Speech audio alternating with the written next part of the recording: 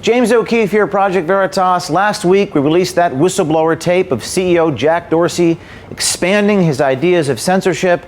Not only was Project Veritas not deplatformed, we were trending number 6 on Twitter. Get ready, because today you're about to hear from one of Dorsey's top executives, Vijaya Gadde. She's the legal policy, trust, and safety lead. She does not know that she was being recorded in this staff meeting. And here she is on video discussing how and why Twitter put the president in a timeout before he was permanently banned. You can hear her talking about that and more. The civic integrity policy in particular has a range of options, from labeling to removal in some instances to permanent suspension. Vijaya, I think you have the list of the top questions on SOC as well. Yes. Some of the main themes we're seeing, I think I've tried to address them, but whether we believe Trump's tweets are inciting violence and having real world harm, I think we've seen that, in fact, they are. I think the question is which ones are. We've also seen that Trump has attempted, since coming back from the timeout, to de-escalate the situation, which I think has been helpful and important for some, if not all, of the people who are following him. So we do think that that is a risk, and that's why we're continuing our evaluation of how these tweets are being received and interpreted. Next, Gadde exposes Twitter's plans to scale the censorship that we are currently experiencing here in the U.S. globally. Gadde says they're doing this because of the violence that has unfolded as a result of, quote, either misleading information or coded rhetoric. We wonder which leaders will be banned next. Another question that we saw was just around the global application of this and how we can ensure consistency beyond just what's happening in the U.S. right now. Yeah, actually, one of the interesting things is a lot of the work that we've been doing over the last week is work that we've built on in other places around the world where we've seen violence unfold as a result of either misleading information or coded rhetoric. So a lot of our learnings here have come from other markets. So in that sense, we do feel like this is our global approach. We need to be very focused on being able to enforce any of these policies or enforcement decisions we make at scale. When it comes to big tech, it's no surprise that a cultural bias may exist, but at Twitter, it seems their own employees have become the activists running the company. Gadde sounds almost apologetic to her own staff for initially only putting Trump in a timeout. And then the last question, which, obviously would love Jack's point of view, but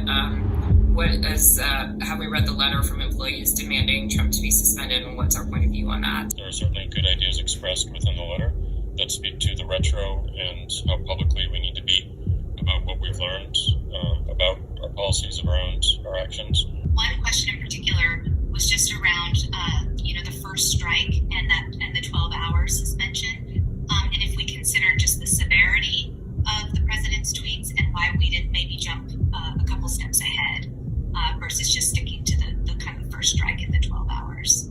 Absolutely. We had a really robust discussion about whether it should just be a permanent suspension. At the end of the day, we felt that this punitive action that we were taking was a significant escalation from how we had enforced our civic integrity policy against the president in the past. We felt that it was important to send that message that we were incredibly concerned and that this was a significant violation of our policy. But we also felt that it was important to build trust, to also warn before a permanent suspension of an account of this importance, particularly in light of the fact that there were also messages of conciliation and asking protesters to leave and to be peaceful, etc. So obviously it was a judgment call, and we're relying on judgment of our teams and your leadership, me, Jack, and at the end of the day, that was the judgment that we made, that was the right approach. I can totally see why other people would come to a different conclusion, and it's a reasonable conclusion. And it was just I drew the balance in a different way, given where I think long term we want to be in terms of building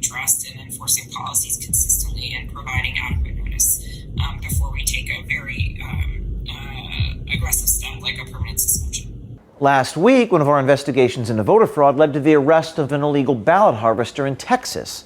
Her name, Raquel Rodriguez, and although she could face up to 20 years in jail, the mainstream media and big tech refuses to acknowledge that voter fraud exists. It's no secret that big tech was censoring most voter fraud stories, even ours. But listen to how they justify this censorship of something that is absolutely, incontrovertibly true. There's also been a lot of questions about retros,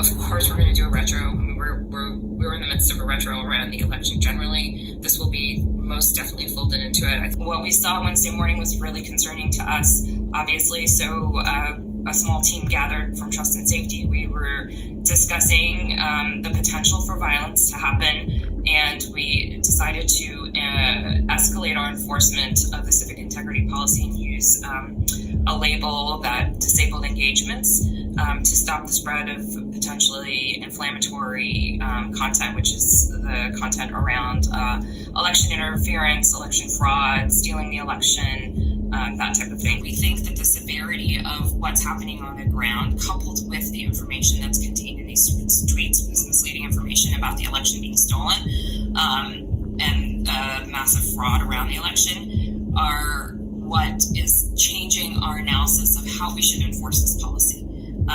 It is a much more severe violation, given what we're seeing on the ground. We made the decision yesterday that we are going to actually be more aggressive in our enforcement beyond de-amplification. We are actually going to, for accounts that are primary purpose, spreading QAnon theories, we are going to, conspiracy theories, we are going to be permanently suspending those accounts. We are doing everything that we can to ensure that Twitter is being used in a positive way, that positively affects society. If you're on the inside of big tech, mainstream media, or federal government agencies, reach out to us at veritastips@protonmail.com. Be brave. Do something.